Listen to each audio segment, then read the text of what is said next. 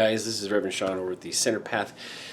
Come walk with me, and we're going to go over the first of the sets of our cheat sheet, which is the Four Noble Truths, which I've printed out, and you can print out too. Go to the website, which is www.thecenteredpath.org, and up in the far upper left corner is a thing that says Downloads. You can download a sheet, which is the Four Noble Truths, and we're going to go over that right now. So keep watching.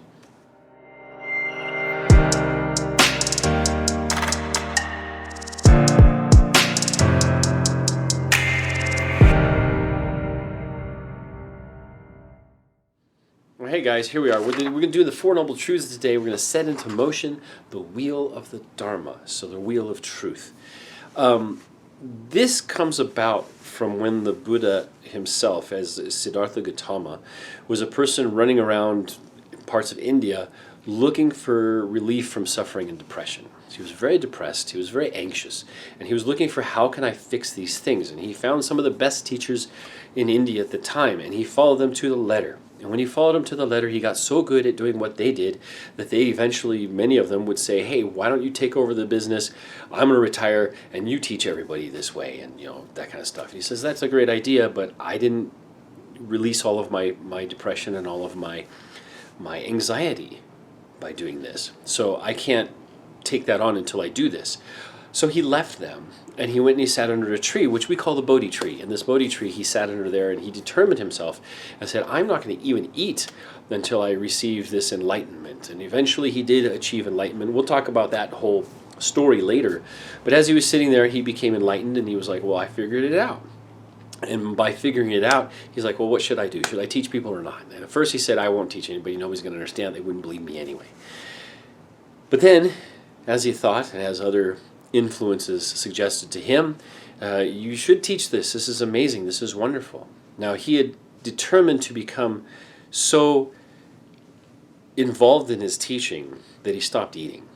And when he stopped eating, he became almost like a skeleton. And you may see statues of the Buddha. This is a statue of the Buddha in a meditation posture. But the statues of the Buddha with almost like his cheeks are sunken in, his eyes are sunken in. You see the veins and the ribs and everything. And he had starved himself to death. A young girl had stopped by to give an offering to a tree deity. So they used to give a lot of offerings to the tree gods and rock gods and all these different kind of deities and gods for different favors and different thankfulnesses and different mindful processes.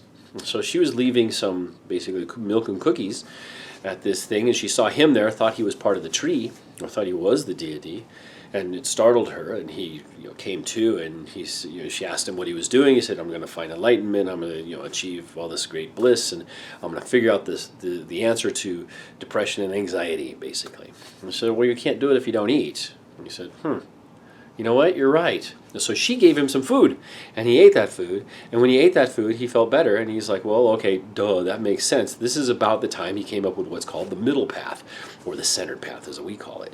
The middle path is not too stringent and not too lax. You have to kind of find a nice middle way, and that's really what we do in Buddhism. We're trying to find many times the middle part of each of these, and that's an excellent way to use our minds. And he came up with what is called the Four Noble Truths. When he finally came up with those, he started out from that place underneath the Bodhi tree in Benares. He took off from there and found his friends. He had 5 other friends who he had worked with before, and they had kind of like said, well, you go do your thing and we'll do our thing. And at first they were upset with him because he had taken food from a girl, and that's something you didn't do. They were abstaining from all of this kind of stuff, and they thought he was you're just a cheap charlatan. Well, when they saw him, they were a little bit amazed. They saw how glowing he was, how good he looked, and how happy he seemed. And so they asked him, he says, I'll tell you. And this is how he set the wheel into motion. He talked to his friends, the other ascetics, and he did explain to them the information on non-self, what is not you. And that's called the Anatta Kalana Sutra. We'll do that one later. But he also went over the Four Noble Truths. And what are the Four Noble Truths? So there's 4 of them. The first Noble Truth is the truth of suffering. It doesn't say that life is suffering. It doesn't say that everything is suffering, because that's a very depressive and that's a very nihilistic way of being. And remember, we're trying not to be nihilistic. We're trying to be not too optimistic. We're trying to be somewhere in the middle. We're trying to be realistic. And in the realism part of it, there is suffering. There is the truth of suffering. Suffering does exist. Okay, who can deny this? That's why it's called a noble truth. Okay, the second of the truths is called the truth of the cause of suffering. Now, the cause of suffering is attachment, a craving. It's also ignorance, but I mean, it's because you don't understand yet. But it is the attachment of craving. So specifically, it says the truth of the cause of suffering, samudaya, known as attachment, craving, or desire. So if we have attachment, craving, desire to be one way or the other, to have things one way or the other, that's what causes us stress. That's what causes us depression. That's what causes us anxiety. And that's all we're going after. Okay? Let's keep it at that point, at this point now. Later on, we can get into more esoteric things and the more, if you want to call them higher level things, we can get into those at some point too. But right now, we're just talking more about how we respond to a challenge. Okay? So, the cause is the mind struggling to respond to a challenge. That's the main cause. As we discuss this, it also includes the ignorance that we have towards it. So that's where we can kind of lead those things together. Now, the third noble truth is the truth to the end of suffering. So basically, remember this entire Four Noble Truths actually has to do with the physicians at the time. Now we can look up, Jivaka was his actual personal physician, and I'm sure had some influence on this eventually in the way it was organized, because in order for the physician to complete his work and to get paid, he had to do those four things. He had to profess that there was an actual illness, like discover the illness, okay, the truth of the illness. Here's the illness. Is there a cause of the illness? Yes. So you had to give it a name and have to have what's the cause? What caused this problem? The third part is really, it's called the truth of the cause of suffering, okay, or the truth of the end of suffering. In Pali, it's called nirodha, or eliminating, cessation, or ending. So it's how do we end this? Okay, the physician would have to say, how do you fix it? What is the treatment? What are what do we call sequelae, and what do we call what's the prognosis? Okay, the prognosis in this is good because we can actually complete the problem. We found that it's the first noble truth is that there is this suffering, there is this stress, there is this anxiety, there is this depression, there is this melancholia, there is this dissatisfaction with things, the world, if you will. And the second part again is is there a cause? Yes, it's because you're attached. It's because you're ignorantly attached. And the third part, can we fix it? Yes, we can fix it. There's something we can do. And so the fourth part is always the big professing of the prescription, if you will. And the prescription in this case is going to be the Eightfold Path. And the Eightfold Path is the step-by-step guideline. They're not. You don't complete one and go to the next one necessarily. They're all interconnected. You could put them on a circle if you wanted to, or some kind of interconnected pie chart. You could do that, and that would give you a better idea of how these are. Like a Venn diagram would be really good. You have all 8 of those connected. In the middle, you would have this basically enlightenment. Okay, awakening. The dust would be cleaned from your eyes, as they would say. Those who have something in their eyes can't see clearly, and this is what we're trying to do. We're trying to see things clearly as we work. So the Eightfold Path is a prescription for the cure, actually you would say, for suffering. Suffering being depression, anxiety, melancholia, upset, attachment, anger, any of these kind of things. There's an entire list of meditations we can do, and we'll get into those too when we get to the Anattakalana Sutra. The Satipatthana, the Mahasatipatthana, which is basically the list of meditations.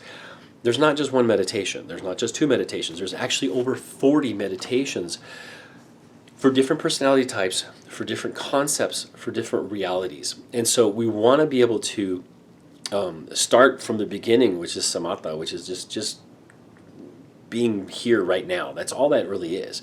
Next step is to do vipassana, which is the insight meditation, which is where this all comes from. Okay, so we have to be able to split those apart. It's not all just sitting down. There is some thinking that goes into meditation and into the practice of Buddhism and the practice of this kind of the discovery of your own liberation from stress. It can happen, I'm telling you, that I've met many people who've achieved this release from stress. Now, maybe not forever and completely, so they haven't achieved this nirvana or total enlightenment, but we're always going to have little moments, Okay, in Japanese it's called satori. And maybe it lasts and maybe it doesn't. But many of us have that moment of super clarity, of super calm, of super just lightness of being. Okay, so this is Reverend Sean over the Centered Path. Make sure you go down to the bottom and leave me a comment on what you think. Go over and subscribe right over there. And if you're looking at this on your phone, you should see right below is going to be the next video. So remember, this is the first video of the cheat sheet that we have. So I want you to go back to the website and download that cheat sheet and start building yourself a binder. And we're going to go over the basics of Buddhism in, I don't know, 25 steps, something like that. I'll be adding more as we go because there's a lot of information that I want to make sure people understand. Now, remember the way that I was taught the Chan tradition, but I was also have a lot of influence in the Theravada and the Mahayana and Vajrayana systems. So I don't have one single way of doing it. Actually, I kind of follow the advice of Bruce Lee, actually, who has said, absorb what is useful. Because what is useful, you're going to need. And what is not useful, let go. And we'll see this again in Buddhism when we talk about some of the handful of leaves sutra and things like that. So anyway, this is Reverend Sean over at the Center Path. I hope you guys are doing well. And take care. Let's study and try to apply this. How can we apply this to our daily lives?